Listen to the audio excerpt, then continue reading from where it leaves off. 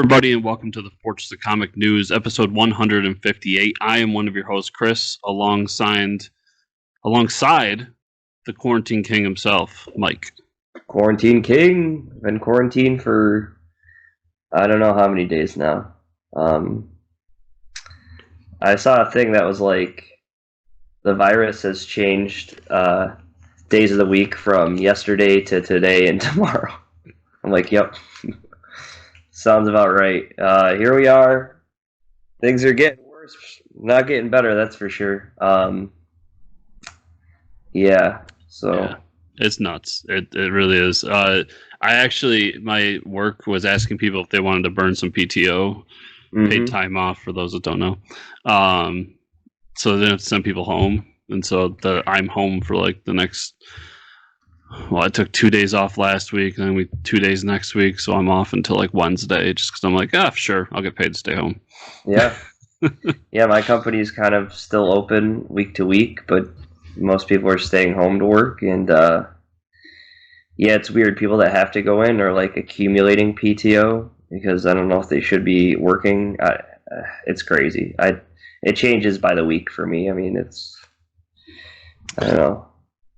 That's how we got to take it, week by week. Yeah. And that leaves us open to talk about the show, I guess, in the next few weeks here. Yeah, so, well, first of all the thoughts out to the comic shops out there, because this is a comic book show. I know a lot of you are closing down. I know my local one closed down, so I wanted to just talk real quick about whether there will be shows in the following weeks, and the short answer is yes. Even if the show is just a interview, because we do have some cool ones lined up, I do want to do a show. I want to have a show every week, as long as we can make it work. Their shows might be shorter. We might even have to come up with something on the fly to do, just to have something to talk about. But we got some stuff we could do, I think. I mean, I've got ideas for stuff if there's absolutely no news that we can do. But there will be shows moving forward, is what I'm trying to say. Yeah, there might be news of more cancellations, but those will eventually run out.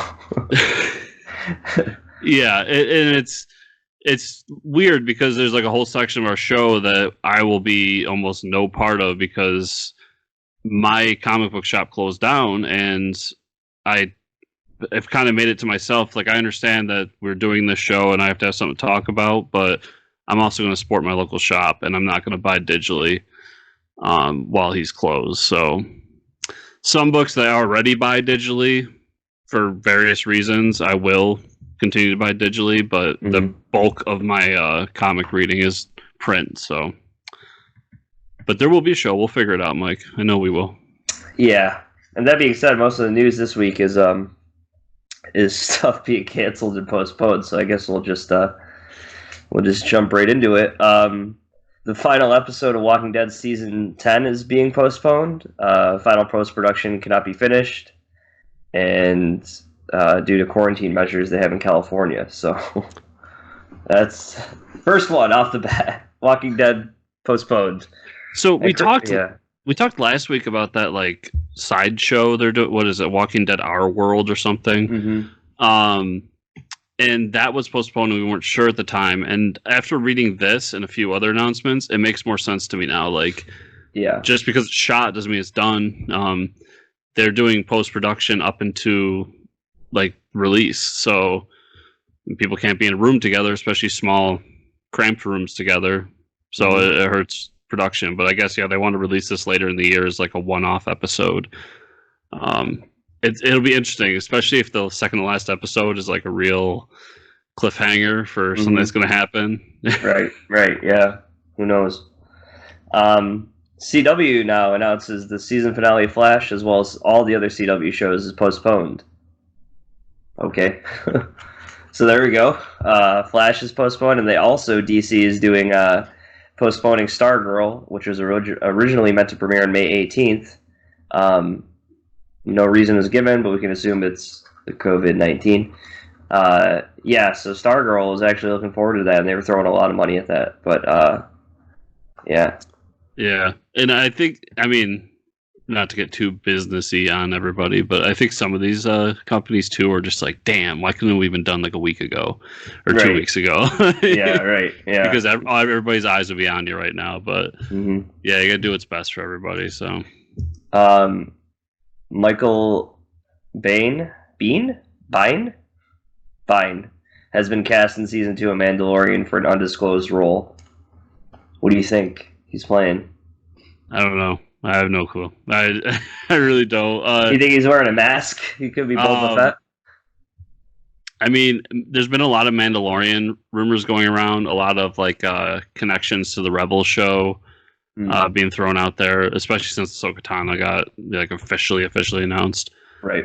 So it's cool that like I can't wait for Mandalorian season 2. It's cool that they're doing more with it. It's cool that they have new characters coming in.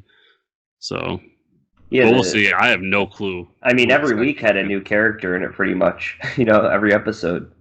Yeah, and there's still characters that showed up that we need like closure on. So yeah, we'll see. Yeah, for sure. Justin Roiland announced his new series for Hulu called Solar Opposites. The series is about a family of 4 aliens, who escape their home planet and crash land on Earth. They find a move-in ready home and live in the suburbs. Solar Opposites will release May 8th. So, lots of Rick and Morty style jokes, I'm thinking. It's another sci-fi show. I would hope so. Yeah. It definitely has the animation style of Rick and Morty. I don't know if you watched the trailer for it. No, I have not. No. It looks fun. I mean, I'll check it out. It's one of those guys that, because of the success of Rick and Morty, I'll check out anything he does moving forward. I wonder how much money Hulu threw at him to give him an exclusive cartoon, you know? All the money. All the money. All of the money. It's like, no wonder why Rick and Morty got delayed. It's like, this is why. He's like, he saw that check and was like, what Rick and Morty show? Walking Dead, you're still watching? Yeah, this week's episode is weird. Yeah. So prior to the break, like Michonne went off on a ship with some dude, and then we didn't see her again. And this was like kind of wrapping up that whole thing. And the guy is nuts. Like he locks her up and like what is the word for it? Doses her with something, and she hallucinates. And it's kind of weird. Like she gets a vision of herself if she had teamed up with Negan instead of met up with Rick. And like it's strange, but then it all ties in at the end. They like escape the guy. She finds other prisoners, and they go off and they find hints of Rick being alive. So she goes off on a boat to be like, I'm gonna go find Rick. And I'm just like, this episode was weird. Weird. Is it like getting to the point they don't know what to do with Michonne's character or something? Like, I think it's like a blatant like, hey, remember that Rick movie we're gonna do? Michonne's gonna be there too. Yeah.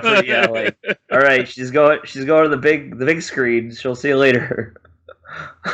Yeah, it was a very weird episode, especially since the other like story they're doing has been so good. This was just a real kind of like it was a filler. Yeah, almost. Yeah.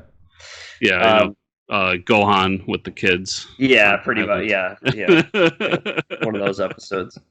As far as TV goes, I gotta watch that Netflix show everybody's talking about with the Tigers. I didn't hear anything about it until yesterday. Now I can't stop hearing about it and seeing these memes, and it looks so ridiculous that I have to watch it. I forget who the second actor is, but oh man, and I just zoned on his name. Incredible Hulk, American History X.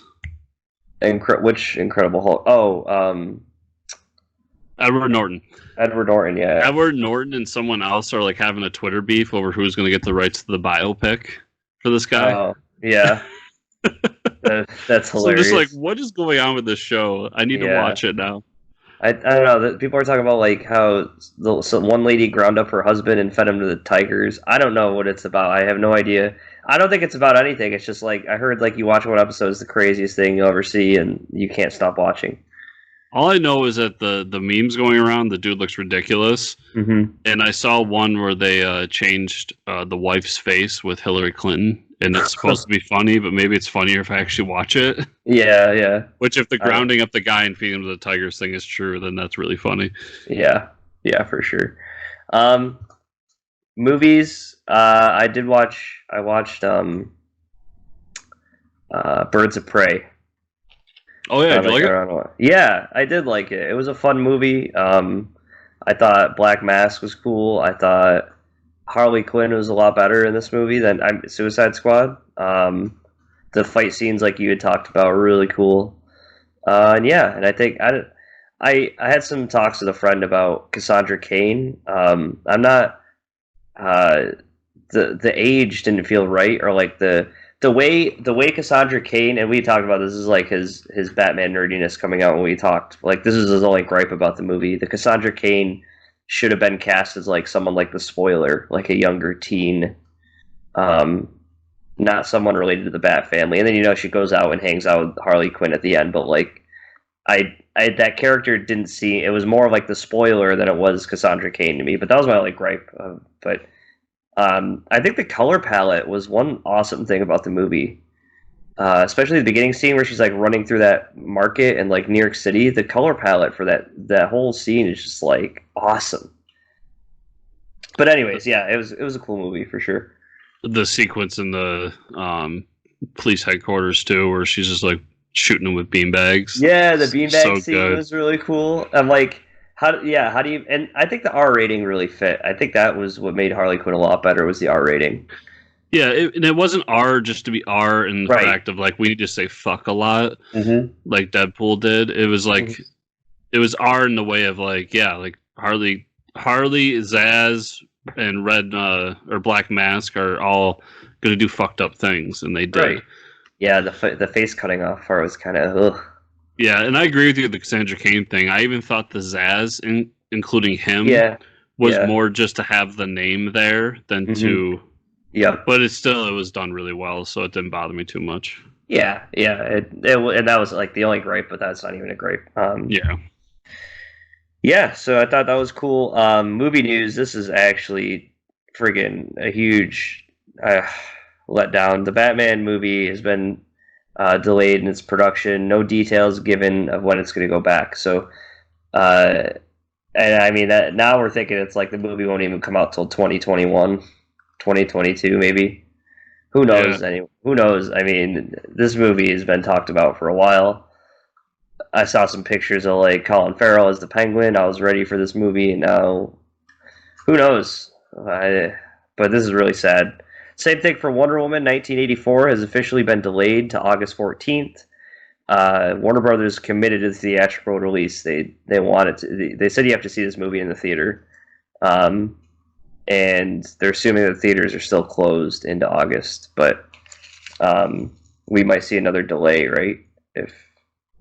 We might see another delay if they're closed that late, because of their commitment.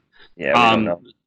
First, I have seen very few movies I mean, I love going to the theaters, but I've seen very few movies in my life where you have to be in the theater to watch it, and I seriously doubt that Wonder Woman is one of them. I will say this: there is one movie that you had to be in the theater to watch, not to enjoy it, but to definitely up the experience, like times 10. Was Mad Max Fury Road. Okay. But that's all. Okay, I just had to say that. Anyways. I'd say it happens. I don't think Wonder Woman's with that movie. This is all about they want that big theatrical release, and they want that money. They want that 1 billion number in the news press is what they want. Yeah. So, I'm not a fan of this now. Like, Marvel's been like wavering as to what they're going to do with New Mutants and Black Widow. 1 minute they're talking about releasing it on Disney Plus. 1 minute they're talking about, we'll just delay them further. And if this goes on much longer, at this point, just release it. Release it. Charge me $10 to rent it, and I'll do it. Even if they charge me $20, I'd probably still pay that. Like if they want to make the money back or something. I mean, in my opinion, like I don't know how it is elsewhere, but like around here, it's like $10 to $15 to go to a movie theater. Right. So $10 seems good, especially since I think you'll get more people to watch it that way. Right. But if it's with Black Widow, yeah, I'll probably pay $20. Wonder Woman, possibly. But yeah, they just announced that like the Impractical Jokers movie is coming out digitally next week, which that's one of my like guilty pleasure shows. I ain't paying $20 for that movie. Sorry. Right? Yeah, yeah. So it's a weird. What are you gonna do? know. But I think $10 is that sweet spot for them. But then you got to think too. There's more than one per like. Oh, I paid $10 and you have a whole family watching it, as opposed to like you would have paid $100 bringing your whole family to the movie theater. You know what I mean? Possibly. I don't know. Somebody smarter than me's come up with that. I just have to think that more people will rent it. Yeah. I will say this: it would give me access to these movies quicker and more conveniently for me, because I don't necessarily get out to the movies right the opening weekend. But so I guess we'll jump into the comic news. Dark Horse announces a new God of War comic. That's pretty cool. Set between the events of God of War 3 and 2018's God of War. The series will be written by Chris Robertson, and art by Tony Parker. That's pretty cool. Dark Horse still doing the video game comic books. Yeah, and the last God of War comic they did was cool. It was set in the same time frame, but I guess this one's going to more closely connect everything. I'm waiting for more Dota comics from those guys. And moving on. I have the hardcover. They're pretty good, man. No, I did enjoy it. And Chris Robertson, he did the iZombie comic. Oh yeah, it's really good. As well as a few other things. He's a writer. Oh, You're thinking of Allred. Yeah. So I like his work, and I don't remember if he did the last God of War comic or not, but I did enjoy that. So. Oh, you read it? Cool. Oh yeah. When it came out, because I love that new. I mean, I love the old games too, but that new one was just on a different stratosphere. Yeah. The reviews and like the gameplay and seemed pretty epic from what I saw. Yeah. Diamond has announced that it will no longer be taking or shipping comics due to COVID-19. Distributors said that the decision was made to protect their employees working warehouses. Most publishers, including Marvel, Dark Horse, said that they will be halting all printing until Diamond reopens its stores. DC is exploring how to get comics to people, including continued publishing on Comixology. So yeah, I mean, it's not just the comic stores closing down; it's the distributors don't have comics to give to people. So we might be going all digital for a little bit. Yeah, and that's why the comic stores are shutting down.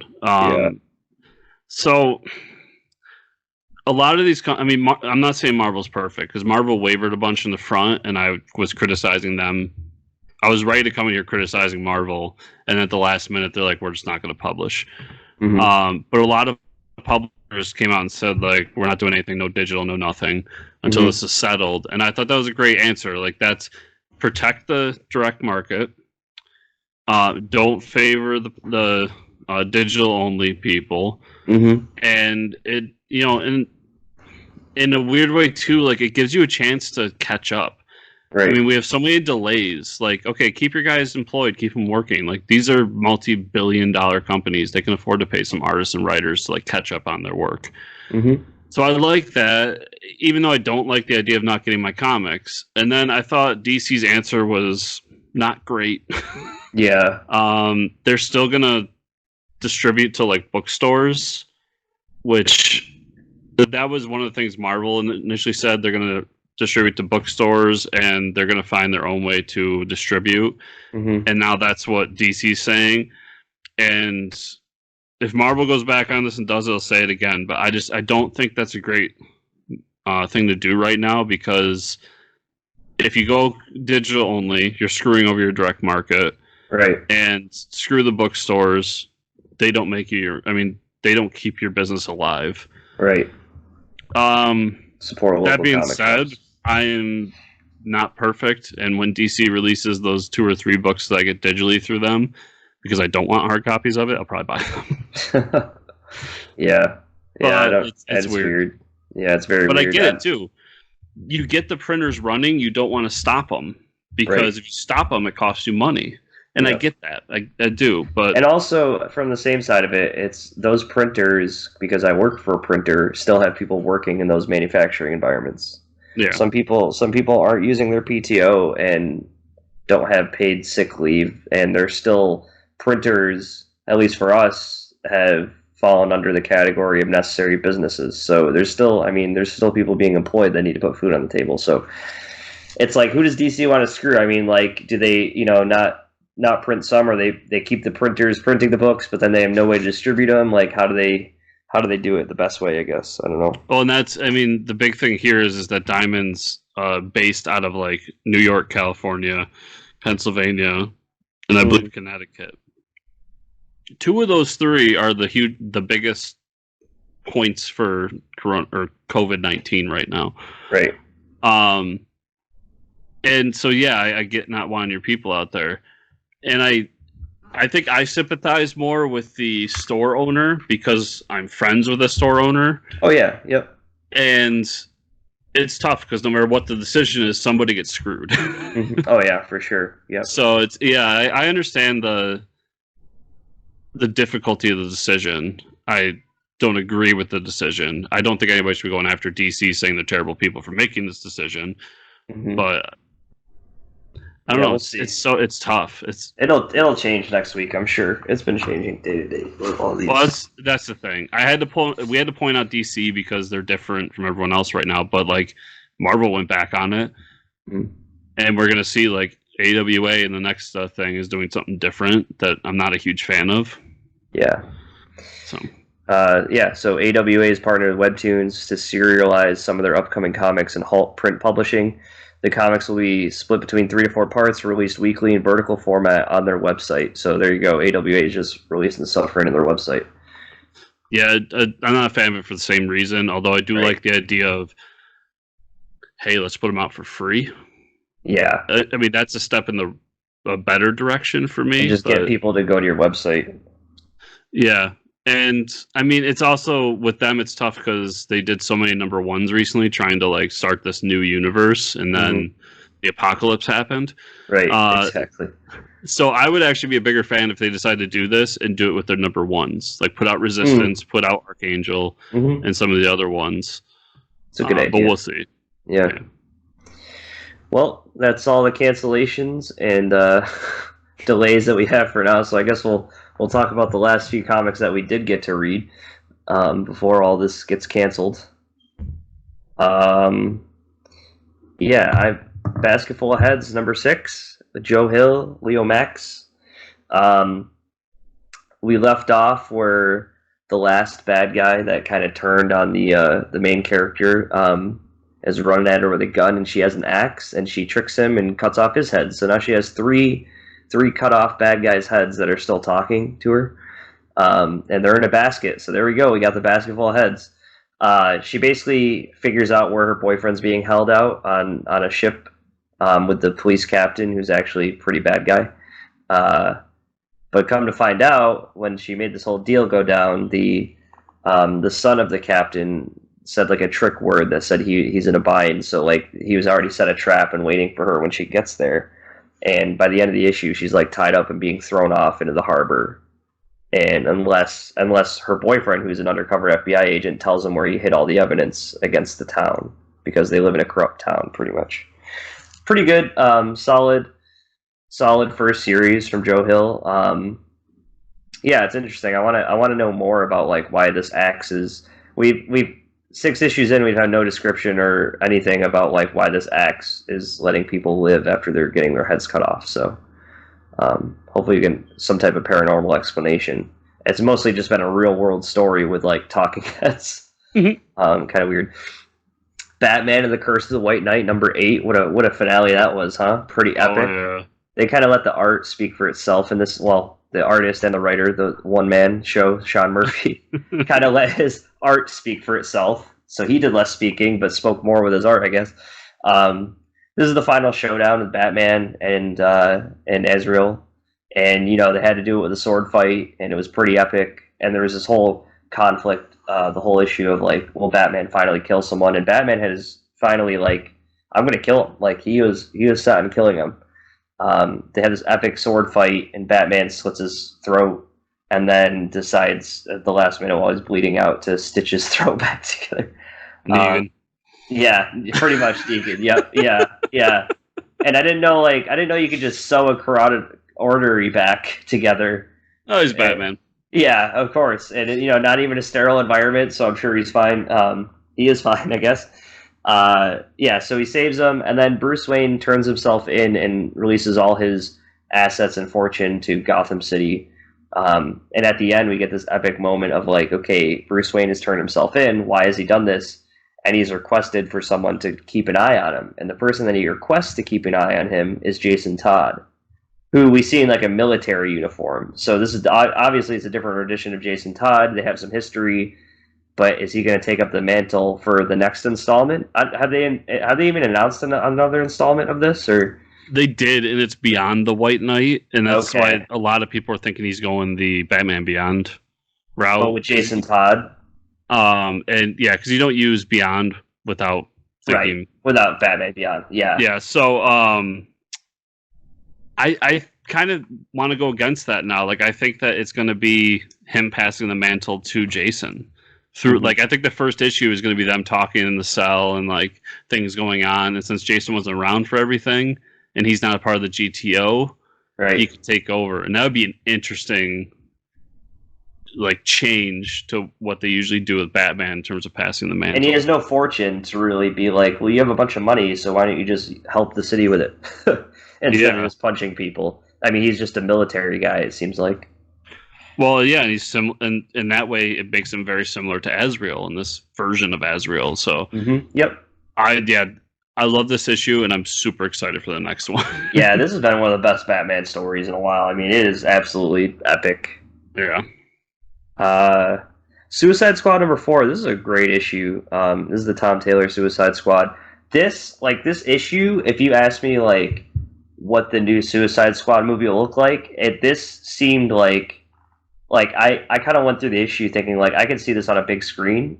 This issue we finally get Boomerang, Captain Boomerang, and the issue revolves around like he finally gets released from jail, and he's like in a pub like shooting his mouth off about like when he was working for the Suicide Squad, and immediately they send like a kill team to shut him up, and he kills them all, and then he's on the run. So like the next mission for the Suicide Squad is they have to go find him. So they team up, and obviously Harley Quinn and Deadshot are the only 2 remaining original members that worked with Boomerang that are still on the Suicide Squad.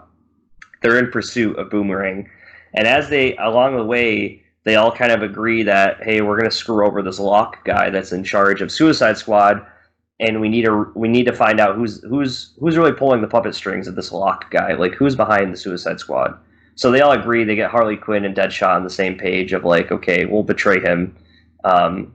So they finally get to, and the other remaining members are all these. They were the terrorists that they got to join in issue 1, but. So they find Boomerang. He's being like he's hiding out in like a junkyard, and one of the speedsters just takes off after him, and he set a trap for like a bomb. So like the end of the issue, like the bomb's going off, and the speedster's like being engulfed in flames, and it's pretty awesome. Like, Boomerang is definitely a badass character, and I think this whole next series is going to probably revolve around him. This next set of like 4-issue story arc. So it was a really solid issue. I mean, I'm loving this new Suicide Squad book. It's really good. Which number was the Legion of Superheroes issue 5? Lots of stuff going on, political talkings and everything. Basically, by the end of the issue, Superboy is finishing his orientation for the Legion of Superheroes, and the Legion was created as like the universe, the multiverse, the past, present, future all revolves around the Age of Heroes on Earth, and that's the Legion was created for that sole purpose. And we find out that Jonathan Kent is the one true Superman, whatever that means. I'm sure it has something to deal with like the birth and death of the universe, with like, there always has to be a Superman somewhere within that.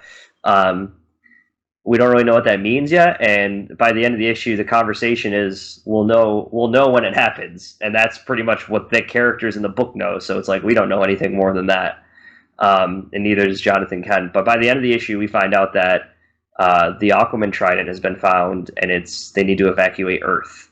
If we know that the story is all revolving around like why the Legion started, but also why is the Aquaman trident so sought after, and also we have all these different allegiances and political groups within the Legion and the United Planets Federation or something like that. There's definitely the president of the United Planets definitely has an ulterior motive, but the Legion of Superheroes doesn't know what that is. There is a really cool scene with Brainiac 5 talking down like the SWAT team that gets sent there from the United gets sent to the Legion. He kind of just like talks them down of like, you're all pretty reasonable people. We don't really need to fight here. And they're like, we're just going to go rethink our strategy. And they kind of just leave. So that was a pretty cool scene. But yeah, there's a lot happening in this book. It's still great Legion of Superheroes. I'm liking every issue so far. Yeah, I'm enjoying it. I kind of am at the point though where I want to get past this intro. Because we did spent 2 issues with this like orientation. Yeah, and I think it's all necessary. I'm not trashing that at all. But I'm more excited about what's going to happen next with this, because we got a lot of information and now we got to start to parse it all out. And then my final book, Batman Superman number 8. There's a couple books I still haven't read, but you'll talk about those. Batman Superman number 8 was the wrap up of like the lost city of Kandor, and how Zod throws them in the Lazarus pit. So you have this cool scene of like the zombified mini Kandor people flying at them and like going into Ra's al Ghul's ear and attacking him. It's pretty messed up. I was like squirming at that part. That was kind of gross. But then there's like this fight between Zod and Ra's al Ghul and Batman and Superman. With the whole resolve of like Superman has to take off with the city of Kandor because they've been poisoned, and Zod has pretty much doomed them by using the Lazarus pit. So he brings them to the Fortress of Solitude to fix them, while Batman, Ra's al Ghul, and Zod kind of like hash things out and try to make like a truce with Zod. And by the end of the issue, we find out that Zod didn't even use all the people in the city of Kandor. He still had some left over, and we find out that he's bringing them back to his son and wants to tell his son about the people. So it ended up being like not such a bad issue. I guess that they wanted to show a side of General Zod that like he has some humanity within him as well. But I'm more excited for what they teased at the end of this issue. They say Batman and Superman go atomic, and the font is that of the Atom books. Mm-hmm. So I haven't seen any, Ray Palmer or even Ryan Choi in a while within the DC print comics, at least as a reoccurring character. So I'm really excited for this. I want like a Sword of Atom adventure with Batman and Superman. I can't wait. I want to see where this goes. Yeah. This was kind of a meh story. Like, it was okay. Yeah. It was exactly what you think a Batman and Superman book's going to do, which is let's team up 2 of their villains against them. And but the biggest crime of these last 2 is that David Malieve isn't drawing them, so he better be back for the next issue. Yep. Yeah, please. And that's it. Yeah. The Star Wars Bounty Hunters number 2. It's another good issue. It's a Star Wars book with no lightsabers, a lot of the bounty hunter action. This issue is a lot of them like bumping heads because they're on the same trail and they remember the past mission from the first issue. So it's a lot of just the 2 of the group that were separated bumping heads and be like, no, I'm after them. But it was a lot of fun, a lot of good action. Super Duck number 1. Oh man, I absolutely love this book. It's funny. It's got the Archie comic style of like the all ages art, but then there's very adult themes throughout it.